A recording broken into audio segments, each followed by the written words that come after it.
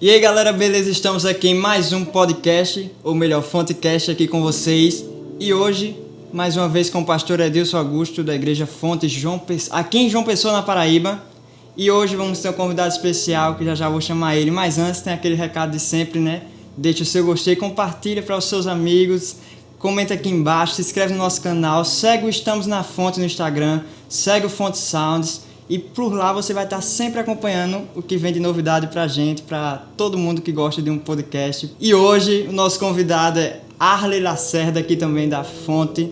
E eu vou chamar ele aqui para falar com o pastor Edilson Augusto. Mas a gente vai começar a falar um pouco sobre devoção, né? A gente está em 2021 e no final do ano passado o Senhor nos deu uma palavra de que esse seria o ano da devoção. Quando a gente fala de devoção, às vezes as dúvidas mais singelas aparecem. Que dúvida é essa? Como é que eu oro? Como é que eu leio a Bíblia? Só que devoção é muito mais do que isso. Devoção, ele é um estilo de vida.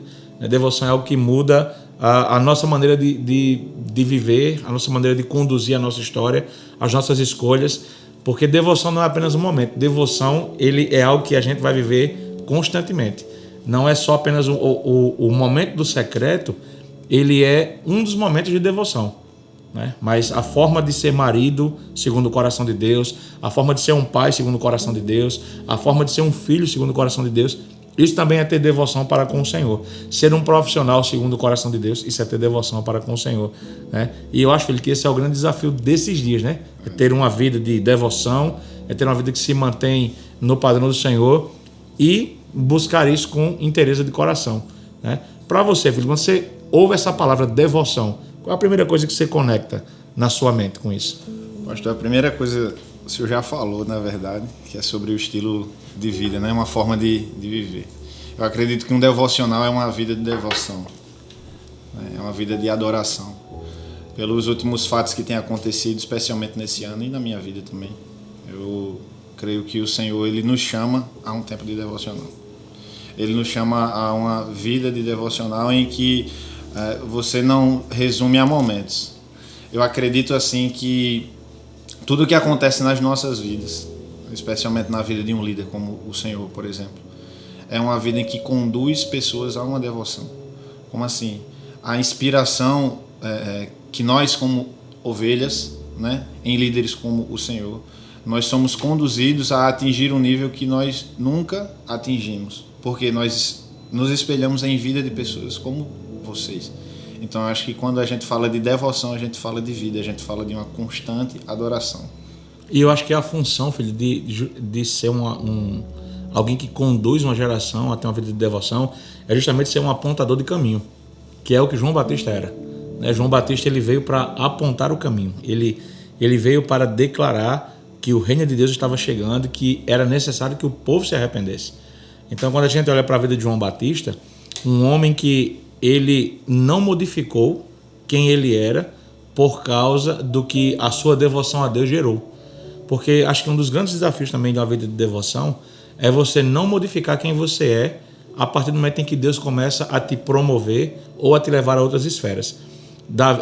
João Batista, ele foi para o deserto, pregava no deserto, né? Ele não pregava numa igreja suntuosa, não estava numa sinagoga. Ele não usava as vestes que os escribas usavam, que os fariseus usavam. Ele usava pelo de camelo e um cinto de couro na cintura. Ele não comia das iguarias, das coisas que haviam na cidade.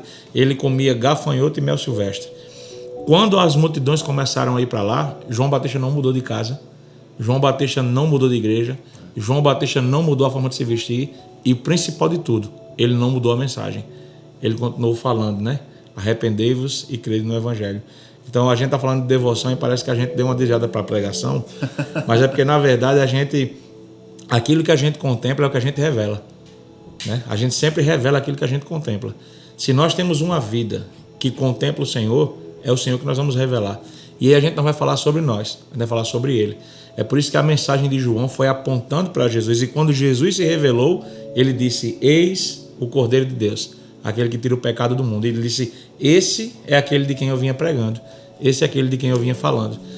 Na última quarta-feira a gente estava aqui na sala de devoção. A sala de devoção, gente, é um tempo que nós temos aqui na nossa igreja, como se fosse uma sala de oração, mas é um tempo de ajuntamento que nós temos aqui só para adorar Jesus, de uma forma mais intencional no âmbito da oração. Então toda quarta-feira a gente está se reunindo aqui na igreja para ter esse tempo de busca na presença do Pai com os irmãos. Agora, por conta da pandemia, a gente não pode estar se reunindo presencialmente, né? Mas a gente tem buscado isso e os irmãos se conectando também a partir de casa. E Deus, ele me dava uma palavra durante aquele tempo justamente sobre devoção. E essa palavra era uma palavra que eu fiquei pensando assim, o que é que isso tem a ver com devoção? E eu queria que a gente pudesse abrir a nossa Bíblia lá no livro de Apocalipse, a Carta da Revelação, Apocalipse capítulo de número 4. E o Senhor, ele começou a me trazer algumas compreensões acerca disso. Por quê? Porque aqui em Apocalipse capítulo 4, o que nós vemos é a sala do conselho de Deus, né? É o lugar onde Deus está ali entronizado, onde Yeshua está entronizado. E a Bíblia fala que lá estão os 4 seres viventes, lá estão 24 tronos com os 24 anciãos, cada um com suas coroas, e lá estão os 7 Espíritos de Deus, diante do trono de Deus, queimando como tochas de fogo. Ali estão os 7 Espíritos de Deus. E eu fiquei tentando entender assim, o que é que o Senhor estava querendo trazer como uma realidade para esse tempo em relação à devoção. Lá no capítulo 4, eu vou ler na íntegra o texto, são 11 versos, e eu queria que a gente pudesse ler e a gente vai discorrendo sobre isso. Espero que você pegue aí sua Bíblia agora, seu caderninho para anotar também, e a gente ir conversando sobre isso. Diz assim, a partir do verso 1. Depois destas coisas, olhei e eis que estava uma porta aberta no céu. E a primeira voz, que como de trombeta ouvira falar comigo, disse, sobe aqui e mostrar-te-ei as coisas que depois destas devem acontecer. E logo fui arrebatado no Espírito, e eis que um trono estava posto no céu, e um estava assentado sobre o trono. Essa aqui é a primeira coisa que eu queria destacar. Quando João ele termina de trazer a revelação para as igrejas, no capítulo 3 de Apocalipse, no capítulo 2, ele começa a trazer algumas exortações para a igreja. No capítulo 3, ele, depois de visto essas coisas, a mesma voz que falou comigo no início, a mesma voz agora, ela me mostra uma porta. E essa voz diz, sobe aqui. E quando ele sobe nesse lugar, ele foi arrebatado pelo Espírito e ele viu um trono que estava posto no céu. E um trono e um que estava sentado no trono, ou seja, o trono ele não estava desocupado, o trono estava ocupado. Agora vamos dar uma viajada aqui. Eu quero que vocês tentem imaginar agora a cena, porque assim, quem estava no trono era Yeshua. E a gente está falando de João. E quem era João? João é aquele que se intitula no seu próprio evangelho tipo discípulo amado. Ninguém chama João de discípulo amado, só ele mesmo, né? Tipo assim, quando João fala dele, ele diz assim, não, porque o discípulo, aquele a quem Jesus amava. Não, porque aquele a quem Jesus amava estava com a cabeça reclinada sobre o peito dele na ceia. Não, porque quando Jesus ressuscitou, ele diz, Pedro e o discípulo a quem Jesus amava correram até o túmulo. Porém, correndo mais depressa, aquele a quem Jesus amava chegou primeiro.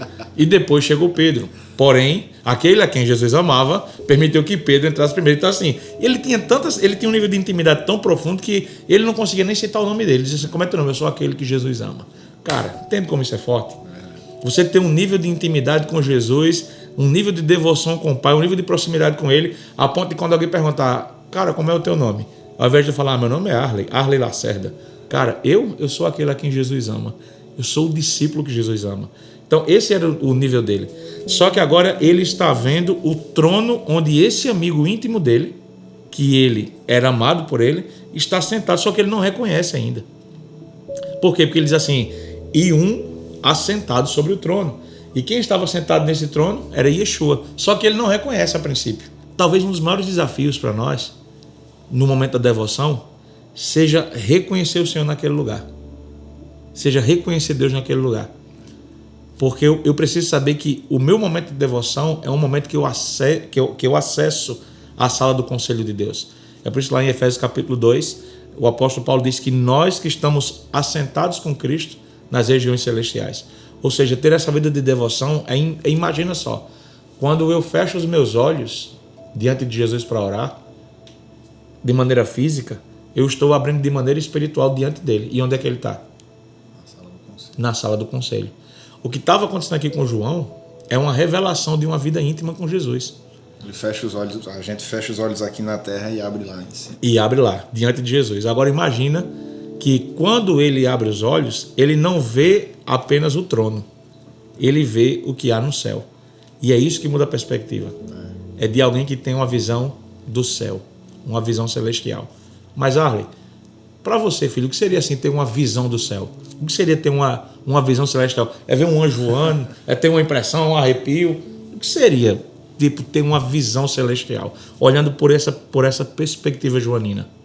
Olhando por essa perspectiva joanina, eu acredito que ele, ao abrir os olhos, né, ele deve ter tentado limitar aquilo ali. Caramba, eu vou discernir o que é isso. Isso é um trono, isso é um anjo voando, isso é alguma coisa. Ele fecha os olhos, só que ele lembra, por exemplo, das coisas que ele vivia lá na Galileia, ao lado de Jesus. E aí ele olha, procura assim, cadê aquele meu amigo que andou por tantos caminhos ali comigo na Galileia, né?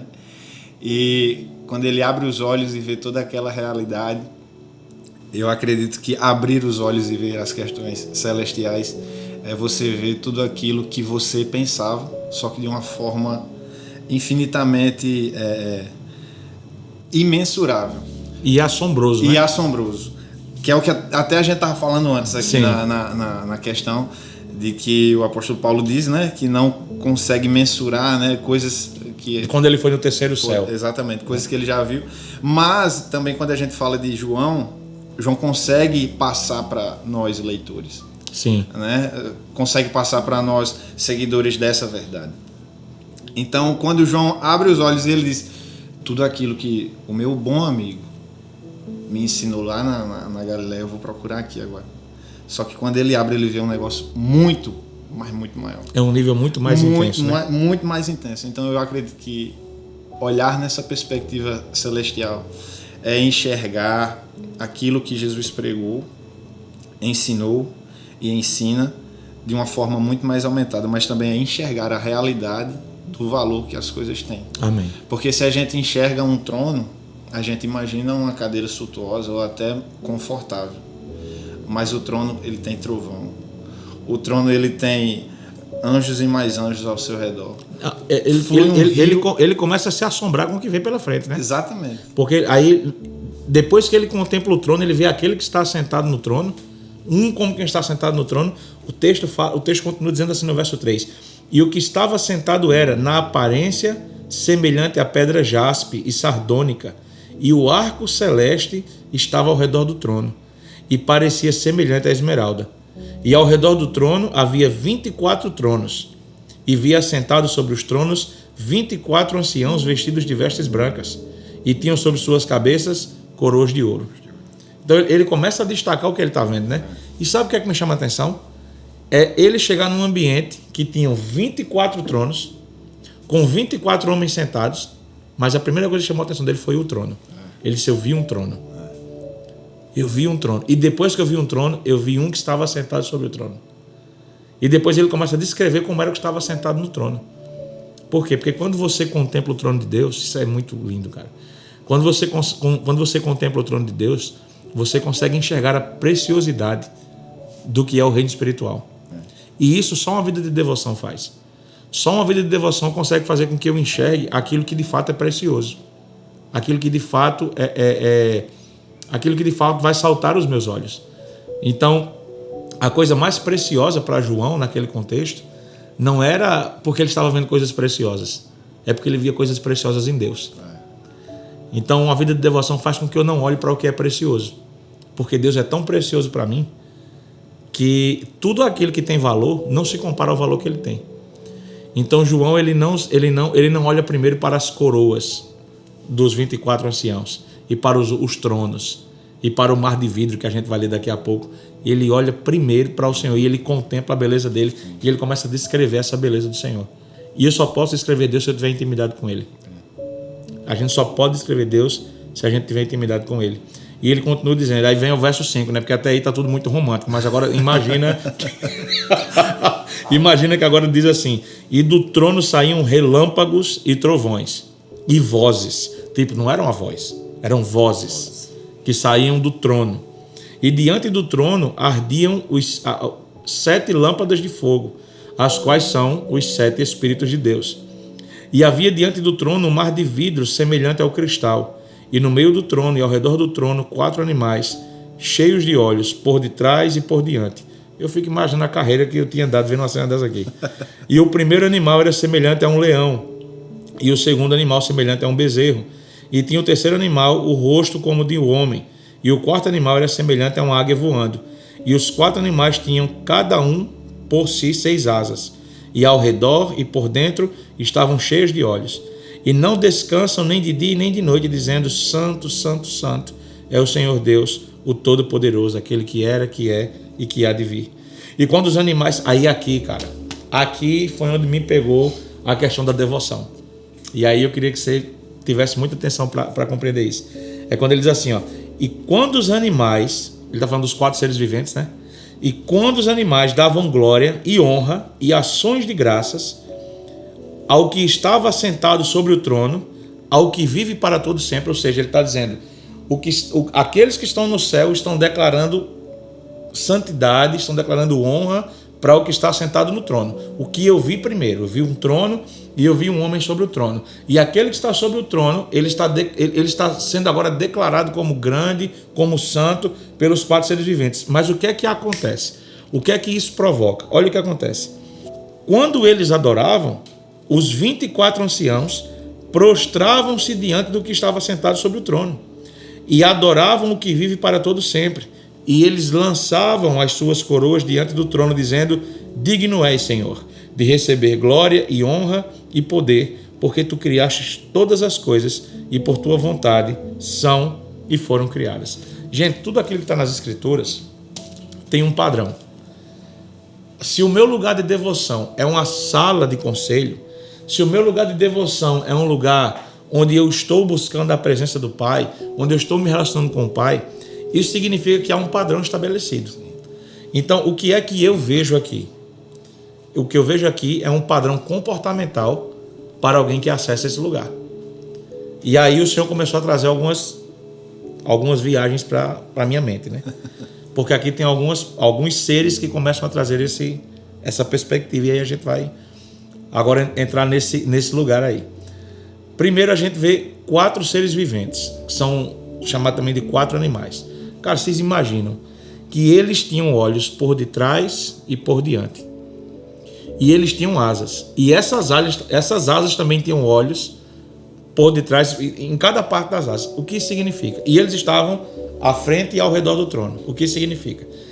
É que para qualquer lugar que eles olhassem, ou, aliás, para qualquer lugar que eles se movessem, eu estou aqui na cadeira que se move, para qualquer lugar que eles se movessem, eles não deixavam de ver o Senhor. Porque o propósito deles era enxergar o Senhor, ver o Senhor. Então, qual a primeira coisa que eu aprendo? É que ter uma vida de devoção é ter olhos no Senhor, não importa a posição que eu esteja. Então, a minha vida precisa estar cheia do desejo de enxergar Deus. Então, não importa onde eu esteja. Se eu estou passando por um momento de vale, eu estou olhando para o Senhor. Se eu estou num momento de evidência, eu estou olhando para o Senhor. Se eu estou passando por um momento de angústia, eu estou olhando para o Senhor. Se eu estou passando por um momento de tristeza, eu estou olhando para o Senhor. Se eu estou passando por um momento de alegria, de euforia, eu estou olhando para o Senhor. Por quê? Porque os meus olhos não conseguem perdê-lo, né?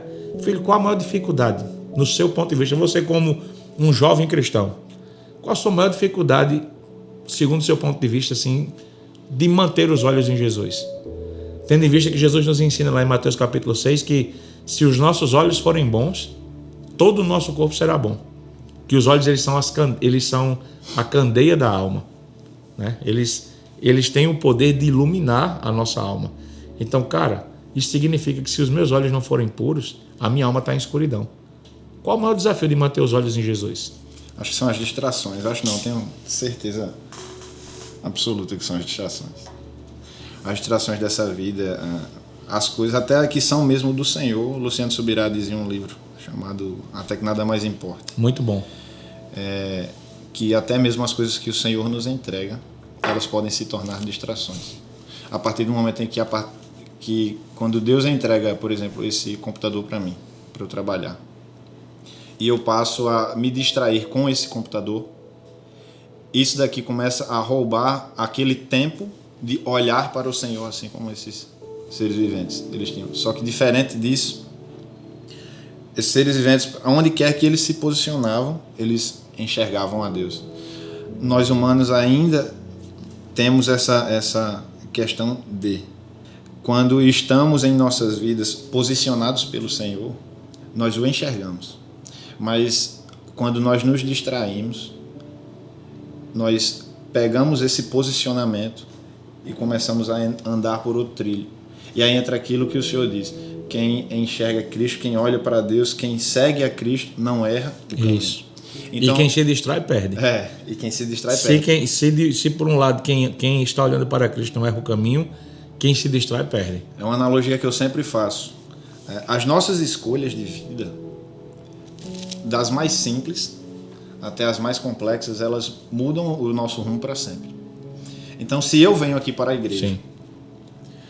eu venho aqui para a igreja e ao invés de eu entrar na rua à direita, ao invés de virar para a esquerda, eu vou mudar o rumo do meu caminho. Possa ser que ao entrar nessa rua à direita, eu mude o destino da minha vida. Porque ao entrar nessa rua à direita, eu posso ali ou sofrer um acidente, por ter errado o caminho que deveria ser seguido, Por distração. por uma distração, ou por conta das coisas que aconteceram ali. Exemplo, um buraco na rua que me afastou daquela rota que eu deveria ter tomado. Uhum. E aí eu sigo por um outro caminho. Mas entra uma questão: se ao entrar e seguir essa rota, eu olho um GPS e vejo a rota que vai se adequar ao caminho, eu tenho um guia, uma noção. E eu enxergo a Bíblia como essa rota. Mas se ao eu entender, não, se eu virar nessa rua à direita e ali na frente eu virar à esquerda, eu vou conseguir chegar, eu não tenho a noção de lá de cima, de um GPS, digamos assim. As escrituras nos apontam isso. Exatamente. Né? E aí, por minhas convicções, distrações daquilo que eu acho, eu posso errar o caminho e nunca mais voltar. Então, eu creio, na minha percepção, as distrações dessa vida, elas nos afastam sim. Sabe o que é que eu vejo sobre o distraído? O distraído, ele sempre tenta colocar na conta de Deus. Já observou? É verdade. Ah, mas se eu fiz isso é porque essa era a vontade de Deus. Ah, não, mas eu errei o caminho porque essa era a vontade de Deus. E não é assim.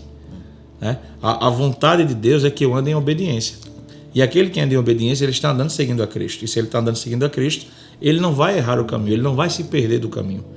Então, toda distração é uma escolha minha. Porque se eu estou distraído, eu preciso dizer que eu estou escolhendo correr um risco. E correr o risco de estar fora do Senhor, fora do caminho. É como alguém que está dirigindo e se distrai. Se você dirigir olhando para a paisagem, você se distrai e fatalmente você ou vai provocar um acidente, ou você vai talvez se acidentar, enfim. Alguma coisa vai acontecer de errado. Por quê? Porque você perdeu o foco do caminho. Então, ter essa compreensão. Mas sabe o que é que eu acho incrível? É que esses 4 seres viventes, eles trazem essa perspectiva para nós. Eu não devo perder os olhos do Senhor. Eu preciso continuar olhando para Ele. Não importa a circunstância, não importa o lugar que eu estou. Independente da posição que eu esteja, eu sempre quero estar olhando. Só que sabe o que eu acho interessante, Arley? É que João faz questão de falar que eles tinham no seu corpo olhos por todos os lados, mas ele destaca que eles tinham asas. E ele diz assim: e eles tinham asas. E nas asas haviam olhos tanto do lado de fora como do lado de dentro. Tipo assim, cara, se ele já falou que o cara tem, que os seres viventes, eles têm olhos por todo o corpo, por que ele está destacando as asas? E sabe o que eu vejo aqui? Ele está dizendo: há um nível de contemplação de Deus onde eu paro para enxergar. E onde eu estou parado, eu devo enxergar o Senhor. Não importa o lugar que eu esteja. Mas quando eu me movimento, eu também não devo parar de enxergar. E esse é o problema de muitos cristãos. É quando eles começam a se movimentar e pelo movimento eles perdem a visão de Deus. Porque eles começam a criar asas. E agora eu já não leio mais a Bíblia. Por quê? Porque eu já decorei um versículo. Então eu não vou ler novamente. Eu já sei o que diz. Eu já sei o que diz. Então eu não vou buscar mais novamente. Então o que é que me faz perceber é que aquilo que daria movimento para que os 4 seres viventes voassem, né? Porque asa é para voar, não fazia com que eles perdessem a visão do Senhor. Eles continuavam tendo a visão do Senhor. Então não importava para onde eles se dirigissem, não importava para que lugar eles se movimentassem, eles continuavam olhando o Senhor. E o que eu aprendo com isso é que isso me faz ter uma vida de devoção Isso me faz entender que uma vida de devoção não é apenas naquele lugar secreto, mas é em tudo, né? A Bíblia, ela usa 2 palavras para trabalho. Uma delas é a palavra avodai e a outra é tripalo. Avodai, numa tradução livre, seria mais ou menos assim, enquanto eu trabalho, eu contemplo o Senhor. Então seria um contemplar fazendo. Então você é advogado, Arlen. Então, avodai eu estou advogando e no meu ofício eu estou glorificando o Senhor. Então, como advogado eu tenho que ser justo, como advogado eu tenho que ser correto, como advogado eu tenho que ser íntegro. Por quê? Porque isso aqui é devoção. Então eu estou contemplando o Senhor. E a palavra tripalo é a palavra que era usada para o serviço de escravos. Então é de trabalho enfadonho, é de um trabalho sacrificial, é de um trabalho que é ruim. Então a Bíblia ela traz 2 perspectivas, avodai e tripalo. O que significa? É que quando eu tenho uma vida no Senhor, tudo que eu faço é avodai. Sim. Mas quando eu não tenho Jesus na minha vida, quando eu me movimento sem Ele, tudo se torna um peso, é sacrifício. Tudo fica longe, tudo fica fora do padrão. Tudo fica distante daquilo que Deus está fazendo, daquilo que Deus está movimentando. Por quê? Porque eu perco a perspectiva de contemplação. Então, a devoção é contemplar o Senhor. Não apenas quando eu estou parado diante dEle, mas quando eu estou me movendo por Ele. Me movendo por Ele. Porque senão eu perco a direção. Isso é muito forte. Então, você enxergar isso neles, cara, isso é muito interessante. Então, assim, são níveis, né? São níveis. E a gente se distrai muito fácil quando a gente começa a achar que é por causa da gente. Quando a gente começa a achar que eu sou indispensável. Se eu não estiver pregando, o fundamento não virá. Se eu não estiver ministrando, a unção não desce. Se eu não estiver orando, o azeite não flui. Então a gente começa a se achar indispensável. Por quê? Porque a gente está se movimentando, mas a gente perdeu o foco. A gente perdeu a nossa visão de contemplação. Então, se eu pudesse resumir devoção em algo facilmente explicável, seria: o que é devoção? É uma contemplação constante do trono. Eu não paro de contemplar o trono. Eu não paro de olhar para o trono. Então, não importa se eu estou parado ou se eu estou me movendo, eu estou contemplando o trono. Só que aí o texto fala que esses 4 seres viventes, eles tinham 4 características diferentes, né? E aqui, isso para mim fala de uma vida de devoção. Fala que um tinha o rosto como que um de um leão, o outro tinha o rosto como que de um bezerro, um tinha o rosto como de um homem e o outro como de uma águia. E eu fico imaginando, de verdade, do fundo do meu coração, eu fico imaginando João vendo esses 4 animais, que tinham asas, que tinham um corpo de um animal, não sei como era, mas que tinham asas, e que tipo, em um animal desse tinha uma cabeça de um leão, em outro animal tinha uma cabeça de uma águia, em outro animal tinha a cabeça de um bezerro, e no outro animal tinha a cabeça de um homem. O mais assombroso é a cabeça do homem, né? Que você fica, meu Deus do céu, o que é isso, pelo amor de Deus? Mas João está lá, se mantendo naquilo. Mas o que é que eu aprendo com isso? Quando a gente olha para essas 4 visões, né, essas 4 faces, um tem a face do leão. E quando eu olho para o leão, eu me lembro de bravura, né? Porque o leão ele é um animal que ele identifica a bravura. É tanto que Yeshua ele é chamado de o leão da tribo de Judá. Por quê? Porque ele é um general de guerra. O ofício principal de Jesus é ser um general de guerra.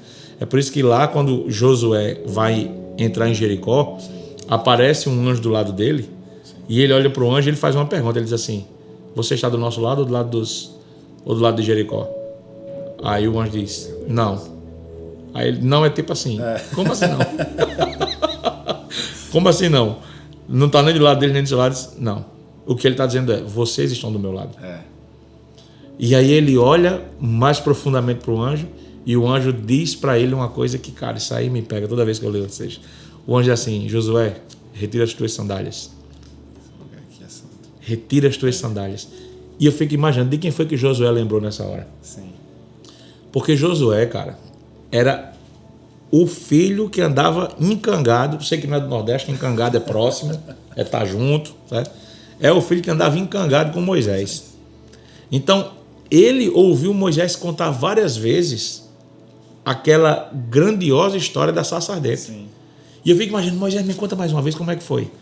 Mas como é que eu sei que é ele? E Moisés dizendo: a sarça estava queimando, mas ela não se consumia. E tinha uma voz dentro da sarça que disse assim: Moisés, retira as tuas sandálias, porque a terra que você está pisando é santa. Eu fico imaginando, eu fico viajando, né? Josué perguntando, mas o senhor viu isso, Moisés? Ele disse, eu vi. Cara, eu queria ver também. Só que lá em Josué capítulo 1, verso 9, o texto que a gente conhece demais, né? Quando o Senhor diz, olha, seja forte e corajoso, ele dá várias instruções no capítulo 1 de Josué, para o próprio Josué, o próprio Deus. Então ele ouviu Deus. Ele ouviu o Deus que falou com Moisés. E ele sabia que Moisés não só ouvia, que Moisés via. E nesse dia, ele nunca tinha visto, mas agora ele está diante. E por que é que a palavra fala que quando o anjo disse assim, retira as tuas sandálias, qual foi a posição de Josué? O texto fala que ele colocou a cara no chão e se prostrou. Sim. Por quê? Porque ele olhou e disse assim, meu Deus, é o Senhor. Eu estou vendo aquele que Moisés passou a vida inteira dizendo que viu. Por quê? Porque o comando de Deus foi o mesmo. Retira as tuas sandálias. E ele ligou. Por quê? Porque Deus, ele sempre usa o que ele fala para o meu pai de destino para tocar o meu coração. Isso é alinhamento. Então eu quero ver o que os meus pais estão vendo. Isso é herança espiritual. Porque o filho é daquilo que é do pai. Então, quando a gente olha para Jesus como essa imagem do leão, da tribo de Judá, a gente sabe que ele é um general de guerra. E isso significa que eu, como filho de Deus, porque ele morreu na cruz para me fazer filho do Senhor, por adoção, como está lá em João, né, no capítulo 1, mas a todos aqueles que creram em seu nome, aqueles que o receberam e creram em seu nome, a estes foram-lhes dado o poder de se tornarem filhos de Deus. Então, o que está acontecendo aqui é que essa visão faz com que eu entenda que uma herança minha, uma herança de uma vida de devoção, é ter uma face de bravura. Então, para mim, esse animal com a face de leão, ele tipifica a bravura. Uma geração que tem que ser brava. Sabe, a gente tem que ser uma geração menos melancólica. Tem gente que é triste, é cabisbaixo, entra na presença do Senhor, sempre está, Deus, por que eu não presto? Deus quer que você seja como um leão, cara. Que você entre rugindo mesmo ali, com a bravura de um leão. Então, no lugar de devoção, no lugar do conselho de Deus, existem animais que não param de contemplá-lo e que têm a bravura de um leão. Outra coisa é que eles têm a força de um bezerro. Que o bezerro é um animal forte. E nesse contexto aqui do judeu, o que é que o bezerro tipifica para ele? Um animal que puxa o arado. Ou seja, uma força capaz de preparar a terra. E Jesus é quem? Jesus é o semeador. Então, a minha devoção está preparando terra através da força para que quando o Senhor lança a semente, ele encontre um lugar pronto para que essa semente cresça e germine. O problema nunca foi falta de semente, o problema é falta de solo. O problema nunca foi falta de semente. Deus sempre trouxe sementes para nós. O problema é que falta solo, um solo preparado. E aí eu aprendo olhando para o céu, que nesse lugar de devoção eu tenho que ter a bravura de um leão, para que eu possa ter essa coragem de orar, essa coragem de buscar. E eu tenho que ter a força de um bezerro para quê? Para puxar o arado, para preparar a terra, né? Para ter vigor, para ter energia. E fala de um homem. E qual a diferença do homem principal para os outros animais? A capacidade de raciocinar. Porque a nossa fé é uma fé que entende, é uma fé que compreende. É por isso que lá em Romanos capítulo 12, né, a gente fala direto desse texto, a palavra é não vos conformeis com esse mundo. Em algumas versões dizem, e não vos conformeis com esse século, mas transformai-vos pela renovação da vossa mente, para que experimenteis e comproveis qual seja a boa, agradável e perfeita vontade de Deus. Ou seja, bravura de um leão, a força de um bezerro, mas a compreensão de um homem de mente transformada. Ou seja, na sala de devoção existe a bravura de um leão, existe a força de um bezerro, mas existe o entendimento de um homem que entende o que está acontecendo. Então eu preciso entender o que eu estou fazendo quando eu vou para o lugar de devoção. Uma vida de devoção precisa entender o que está vivendo, né? Você não pode, Jesus, mas eu estou na igreja, eu amo o Senhor, mas eu traí a minha esposa, por que eu não pensei nisso? Porque isso não era uma vida de devoção. Porque uma vida de devoção tem entendimento. Está tendo a sua mente transformada e tocada. E por último, fala que o último tinha uma cabeça de águia. Cara, isso daí é uma coisa que pega assim feroz. Por quê? Porque a cabeça de águia, o que é que a águia... A principal característica da águia é a visão. Então, pessoas de intimidade... Aqui na minha versão ainda fala águia quando está voando. Quando está voando. É o que ia passar aqui agora, mas já antecipou, já foi. Águia e quando está voando. Por quê? Porque a visão da águia é ampliada quando ela olha de cima para baixo. Sim. Ou seja, o que está dizendo é que quem tem uma vida... Meu irmão, isso é forte, irmão. Quem tem uma vida de devoção tem uma perspectiva celestial. Sim. Está olhando de cima para baixo. E quando você olha de cima para baixo, você consegue perceber os detalhes.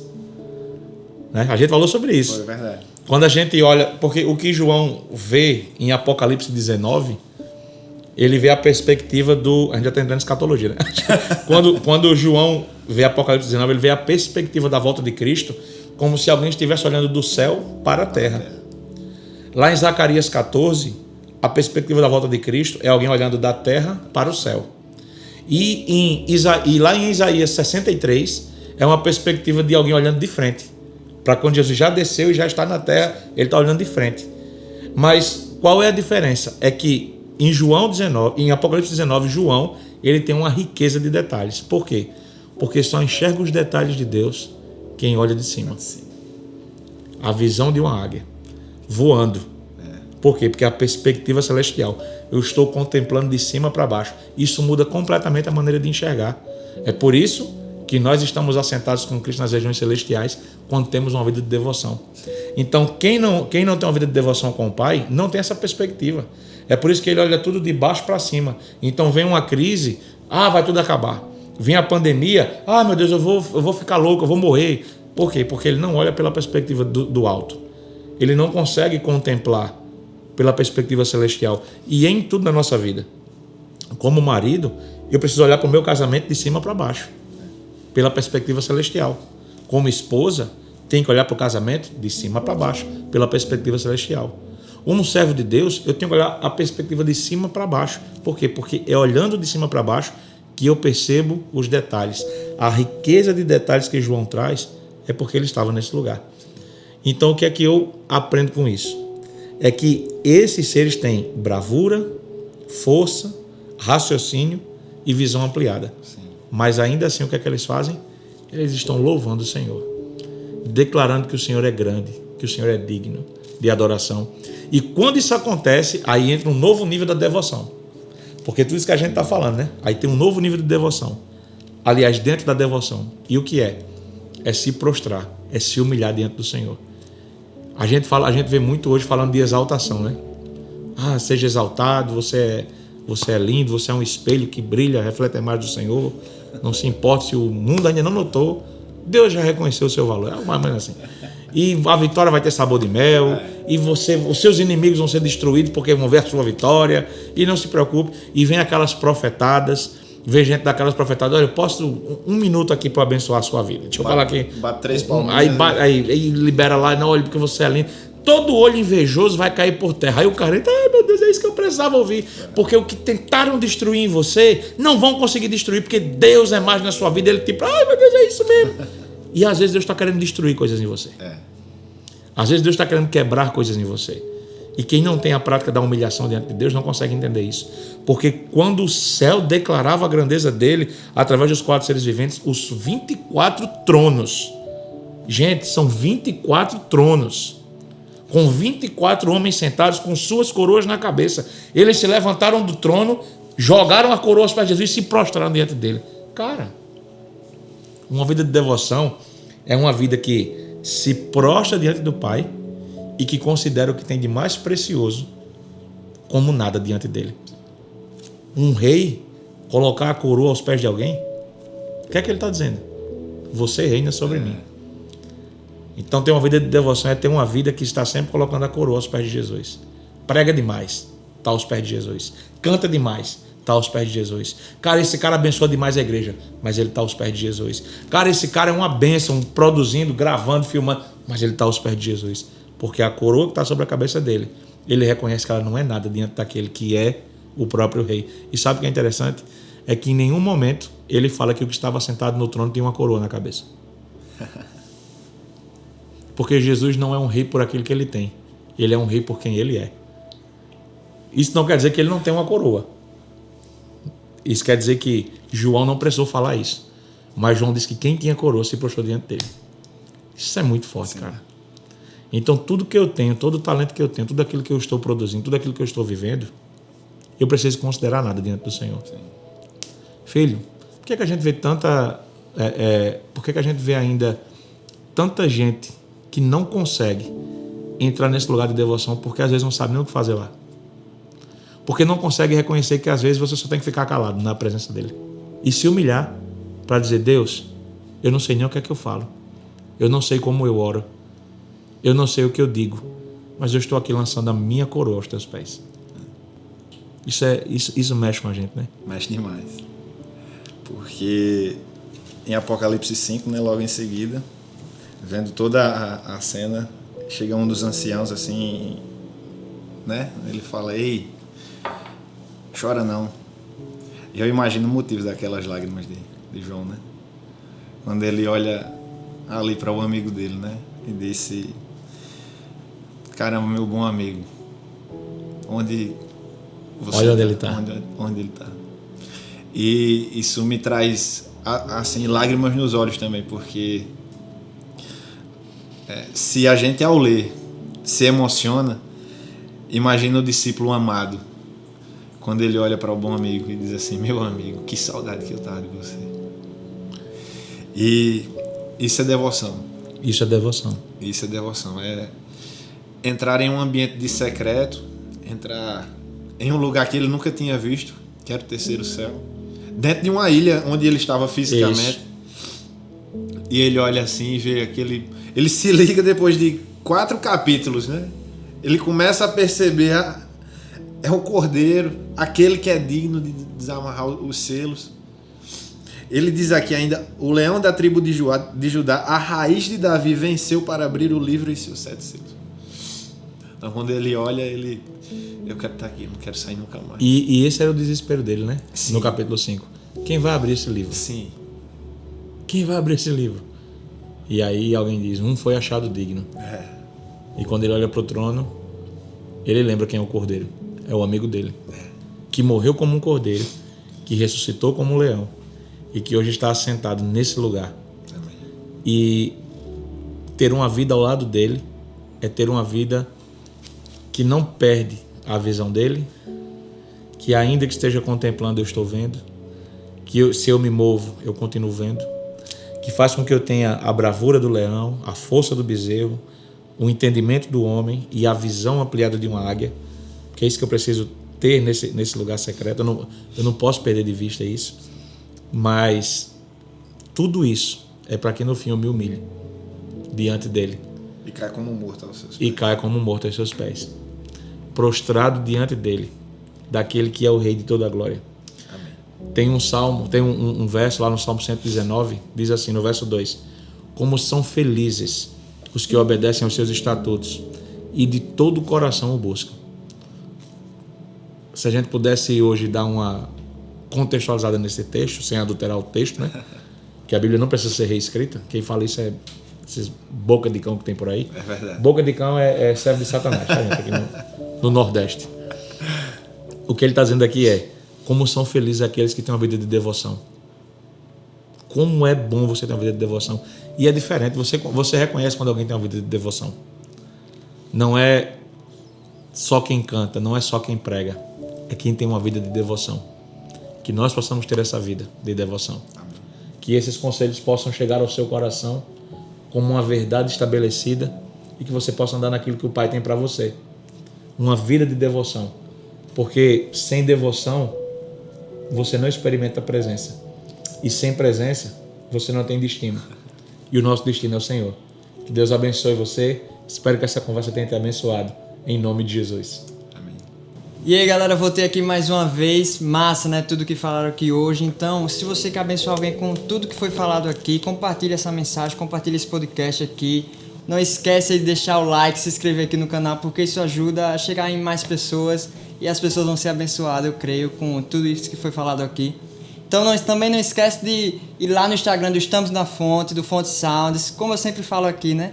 Vamos lá dar uma força e saber também, sempre que vai ter novidades, e você vai estar ligadinho porque você vai estar seguindo tudo, né? Obrigado pelo seu acesso e valeu!